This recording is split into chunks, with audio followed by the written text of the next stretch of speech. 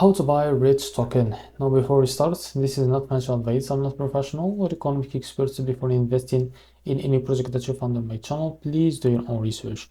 Now before going on by the token, make sure to check the Rex account and keep following the updates about this token, and don't forget to check the Telegram channel too. As you can see, this token is available on CoinGecko. To be able to buy this token, click on markets and you will be able to find the Radium. Now click on this pair and you will be able to read the access to Radium to be able to buy this token. So what you need to do first, as you can see, click on connect. Here, click on connect wallet. Now select your wallet. From here I will select the phantom wallet for that. Now just log into my wallet first, as you can see. So after that, click on connect. So after you connect your wallet, if you don't see your token here, go back to CoinGecko token page, and now as you can see here, you will be able to find the contracts. Copy the token address from here, and remember this token address is under the Solana network. Now go back to Radium, click here, paste the token address in the search bar, and you will be able to find your token here. Click on add token, click on it again to be able to see it here.